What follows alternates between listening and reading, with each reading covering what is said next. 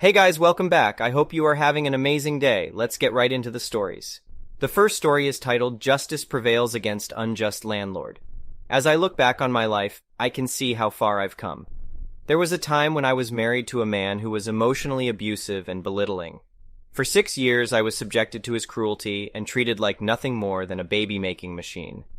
Even after I gave him 2 children, he continued to treat me poorly and make me feel insignificant. Finally, I woke up and decided that I couldn't take it anymore. I left him, taking only my clothes, a car worth $4,000, and my computer. With nothing but my determination to survive and take care of my children, I moved into a townhouse with roommates. The townhouse was in poor condition, and I had to work 3 to 4 jobs just to make ends meet. But over time, I managed to save enough money to buy furniture and make the place livable. I was happy to have a roof over my head and provide a safe home for my children. However, my happiness was short-lived when I realized that my landlord, whom I will refer to as SBL, was a shady character. He would often show up at my door, claiming that he needed to fix something in the house, but I could sense that he had ulterior motives. His words had a hint of sexual undertones that made me feel uneasy.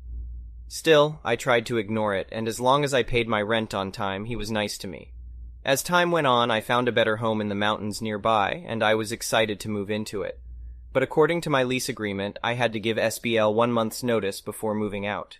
I sent him an email informing him of my intention to move out in 3 weeks, and that if he couldn't find a new tenant, I would still fulfill my legal obligation and pay next month's rent.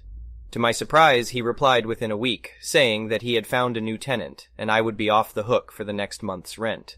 But a couple of days later, my roommate had a load of laundry running when the washing machine malfunctioned and water flooded the entire kitchen and living room. We did our best to clean up the mess, but the damage was severe. SBL had to call in an appliance repairman and insurance adjusters to assess the damage. They found that the washer had not been serviced for years and needed significant repairs. The next week was chaotic, with workers coming and going, and I had to take time off work to supervise the repairs.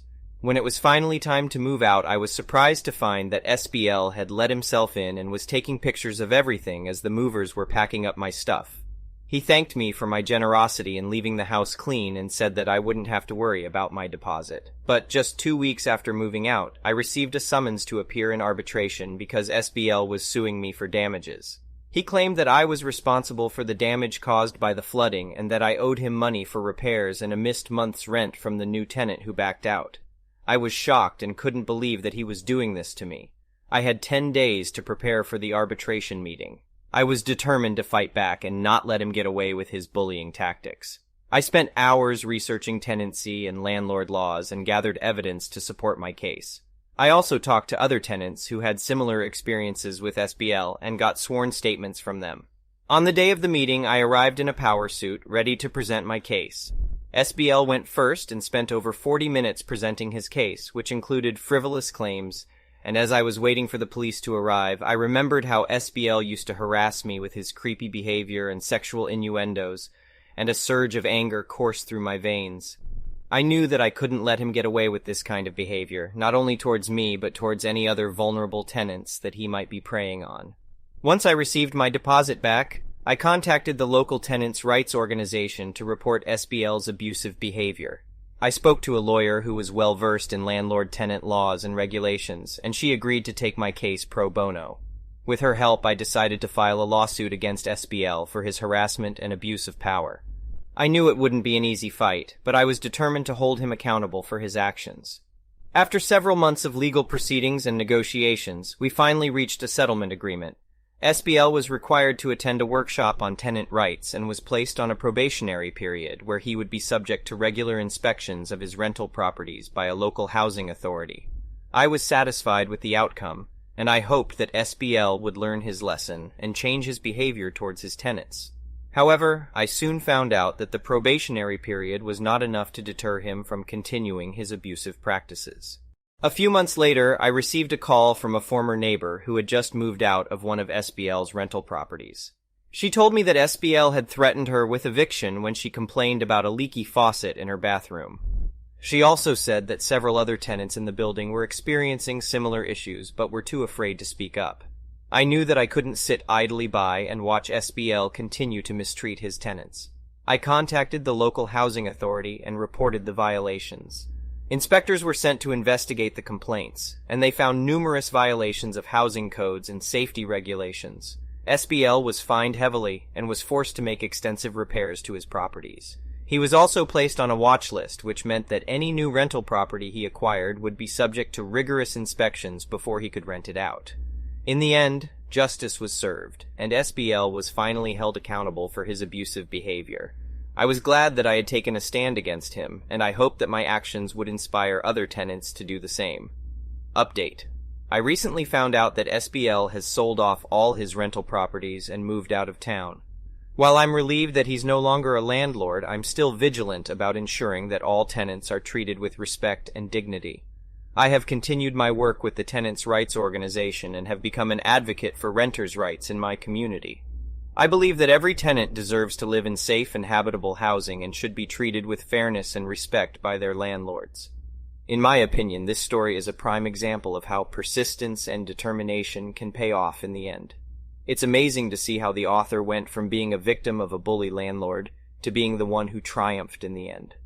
The way she gathered evidence and built her case was impressive, and it's great to see that justice was served.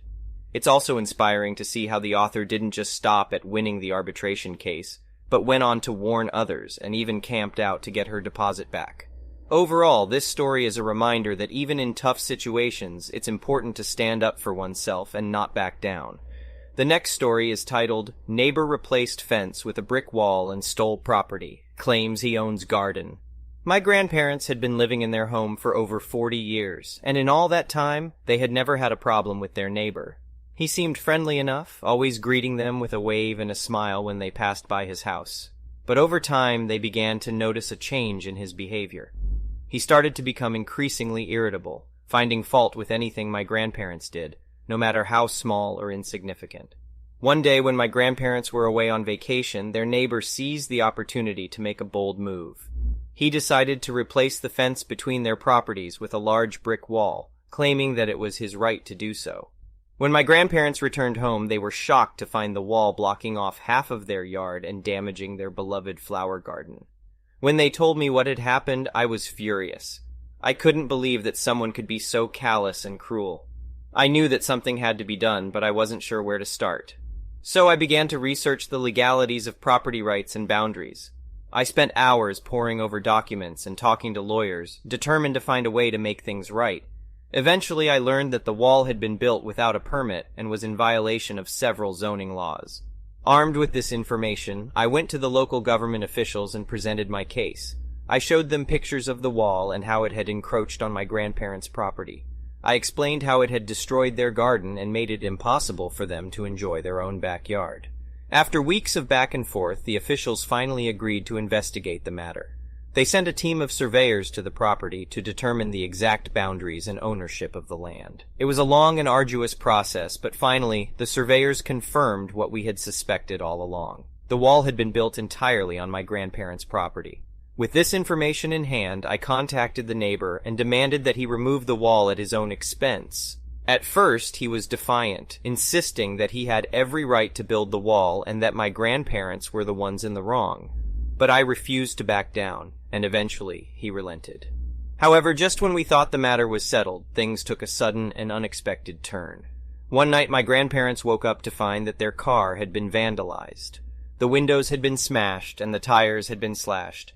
We immediately suspected the neighbor, but we had no proof. It wasn't until a few weeks later that we finally caught him in the act. My grandparents had installed security cameras around their property, and one night, they captured footage of the neighbor trying to sneak into their yard. We called the police, and they arrested him on the spot. It turned out that he had been angry with my grandparents for standing up to him and insisting that he remove the wall. He had taken it as a personal affront and had decided to get revenge by damaging their property. The police charged him with vandalism and trespassing, and he was ordered to pay for the damages to the car. In the end, justice was served, and my grandparents were able to reclaim their property and their peace of mind. But the experience left them shaken and distrustful of their neighbor. They never spoke to him again and made sure to keep a close eye on their surroundings. The whole ordeal was a reminder of how important it is to stand up for what's right, even in the face of adversity. It also showed me the power of perseverance and determination. If we had given up at any point during the process, we may have never been able to reclaim our property or bring our neighbor to justice. It took weeks of research, countless meetings with officials, and a lot of time and effort, but it was all worth it in the end. However, the story doesn't end there. A few months later, my grandparents received a letter in the mail from their neighbor. It was a written apology in which he admitted that he had been wrong to build the wall and damage their property. He also offered to pay for any remaining damages and to help them replant their flower garden. My grandparents were shocked by the gesture, but they were also relieved. It was clear that their neighbor had realized the error of his ways and was genuinely sorry for what he had done. They decided to accept his apology and allow him to make things right. Over the next few weeks, the neighbor worked tirelessly to repair the damage he had caused. He removed the remaining pieces of the wall and installed a new fence exactly where the old one had been. He also helped my grandparents replant their garden, spending hours in the dirt and sun, making sure that each flower was placed just right. It was a remarkable transformation, and one that no one could have predicted. My grandparents' neighbor had gone from being a bitter and vengeful person to a compassionate and kind-hearted one. They even started to chat with him from time to time, and the tension that had once existed between them had dissipated. The experience taught all of us an important lesson about forgiveness and the power of redemption. We never could have imagined that our neighbor would be capable of such a turnaround, but it just goes to show that people can surprise us in the most unexpected ways. In the end, my grandparents' yard was restored to its former glory, and their relationship with their neighbor was stronger than ever. It was a happy ending to what had started as a difficult and trying situation, and it left us all with a sense of hope and optimism for the future. In my opinion, this story is a great example of how standing up for what's right can ultimately lead to a positive outcome. It's inspiring to see how the protagonist worked tirelessly to fight for his grandparents' property rights, and how their determination paid off in the end. The fact that the neighbor ultimately apologized and made things right was a great reminder that people can change and that forgiveness can go a long way. Overall, it was a heartwarming story that left me feeling hopeful and optimistic. The next story is titled, Airbnb Hosts Unfair Review Backfires, Costing Them Hundreds. I was eagerly anticipating a weekend trip with my girlfriend and her beloved dog. We had planned to attend a friend's wedding in a nearby town, and we thought it would be great to rent an Airbnb that would allow us to bring the furry friend along. After scouring the platform, we finally found a lovely place that ticked all the boxes. It was affordable, pet-friendly, and in a convenient location. We arrived on a sunny Friday afternoon, excited to get settled into our home away from home. We were greeted by the owner, who introduced himself and gave us a brief tour of the property. Everything seemed fine, and we were pleased with the space. A few minutes later, we took the dog outside to stretch her legs, and the owner followed us out. He noticed the dog and asked if we had disclosed her presence during the booking process.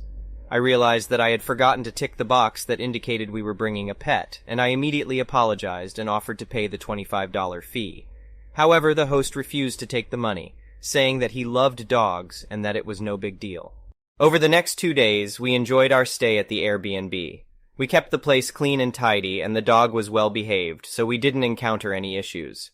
On the day of our departure, we received an email from Airbnb asking us to leave a review of our experience. I was pleased with our stay, so I left a glowing 5-star review praising the property and the owner for their hospitality.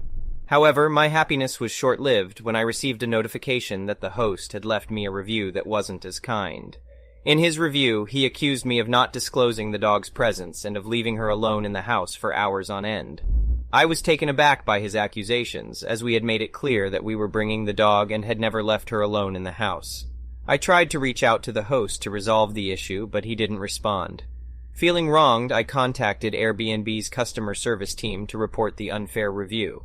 They told me that they would investigate the matter and get back to me within a few days. In the meantime, I tried to move on from the experience and enjoy the rest of my weekend. A few days later, I received an email from Airbnb's security team informing me that they had looked into the matter and had found that the host had violated their policies by showing up unannounced at the property. They also confirmed that my dog had not caused any damage or left any mess, and that there was no evidence to support the host's claims that we had left her alone for extended periods. As a result of their investigation, Airbnb refunded 2/3 of our stay, which amounted to around $200. While I was happy with the resolution, I still felt wronged by the host's unfair review. I decided to write a response to his review, detailing the events of our stay and pointing out the discrepancies in his claims. A few days after my response was posted, I received a message from the host himself. He apologized for his behavior and admitted that he had been having a rough time in his personal life, which had caused him to lash out unfairly. He asked me to forgive him and to remove my response to his review. I was touched by his apology and agreed to remove my response. However, the story doesn't end there. A few weeks later, I received a call from Airbnb's legal department. They informed me that they had received multiple reports from other guests who had stayed at the host's property and had also experienced unprofessional behavior and mistreatment. As a result, Airbnb had decided to take legal action against the host and revoke his listing privileges on the platform. They also offered me an additional $500 in compensation for my troubles. I was shocked to hear about the extent of the host's misbehavior and grateful to Airbnb for taking decisive action. It made me realize how important it is for platforms like Airbnb to have robust policies in place to protect their users from abusive hosts or guests. I was also pleased to see that my decision to report the unfair review had ultimately led to justice being served. It felt good to know that I had played a small role in holding the host accountable for his actions, and ensuring that other guests would not have to endure the same mistreatment. In the end, the experience taught me an important lesson about standing up for myself and not letting others take advantage of me. It also reminded me of the power of online reviews and how they can influence the decisions of future guests. From now on, I'll be sure to carefully read and respond to all reviews, whether positive or negative, to ensure that my voice is heard and that others can benefit from my experiences. In my opinion, this was a fascinating story that highlights the importance of standing up for oneself when facing injustice. It's unfortunate that the host in this case was so unprofessional and disrespectful towards the guest, but it's heartening to see that Airbnb took decisive action to hold him accountable. It's a reminder of the power of online reviews and how they can be used to help others make informed decisions. Overall, I think the guest handled the situation with grace and integrity, and I'm glad that justice was ultimately served. The last story is titled, "Drank a Beer So I Wouldn't Be Forced to Babysit for My Cousin's Wedding." My cousin's wedding was a big deal for our family. We had all been looking forward to it for months, especially since it was going to be held in a beautiful countryside estate that had been rented out for the occasion. But for me, there was always the underlying dread that I would once again be stuck babysitting the younger kids. You see, as the youngest of my generation, I had been designated as the go-to babysitter for all family events. It didn't matter if it was a birthday party or a holiday gathering, I was always expected to take care of the kids so that the adults could relax and have fun. It wasn't that I disliked kids, but I was tired of always being the one responsible for them. I wanted to be able to enjoy myself without worrying about watching them every second of the night. So when my mom promised me that I wouldn't have to babysit at my cousin's wedding, I was over the moon. I had big plans for the night. I was going to try all the different craft beers that were being served, dance the night away, and hopefully even meet some cute girls. But as soon as we arrived at the estate, my aunt informed me that the sitter had canceled and I would be responsible for watching the kids. I tried to argue with her, telling her that my mom had promised me I wouldn't have to babysit, but she was adamant. "You're young and energetic," she said. "The kids will love spending time with you." I felt trapped, but I didn't want to let it ruin my night. I decided to make the best of it and try to have fun with the kids. But as soon as we entered the reception hall, chaos ensued. The kids were running around, screaming and knocking things over. I tried to calm them down, but it was no use. As I was struggling to get a handle on the situation, my uncle handed me a beer. At first, I hesitated. I'd never been much of a drinker, and I didn't want to do anything that would put the kids in danger. But then I figured that a little liquid courage might make it easier to handle the kids. I took a sip and felt the tension start to melt away. I started to relax and actually have fun with the kids. We played games and danced to the music, and I even got some compliments from the other guests on how well I was handling the situation. But then my aunt walked over and saw me with the beer. She immediately started yelling at me, telling me that I couldn't drink while I was responsible for the kids. I tried to explain that I didn't have a choice, but she wouldn't listen.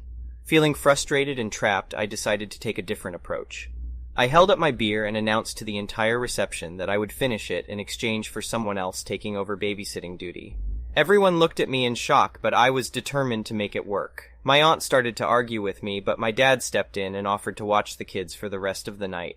I felt a huge weight lifted off my shoulders as I handed the kids over to him and took another swig of my beer. As the night went on, I continued to enjoy myself, trying different beers and dancing with my family. But as the reception was winding down, something unexpected happened. My cousin's new mother-in-law came up to me and thanked me for taking care of the kids all night.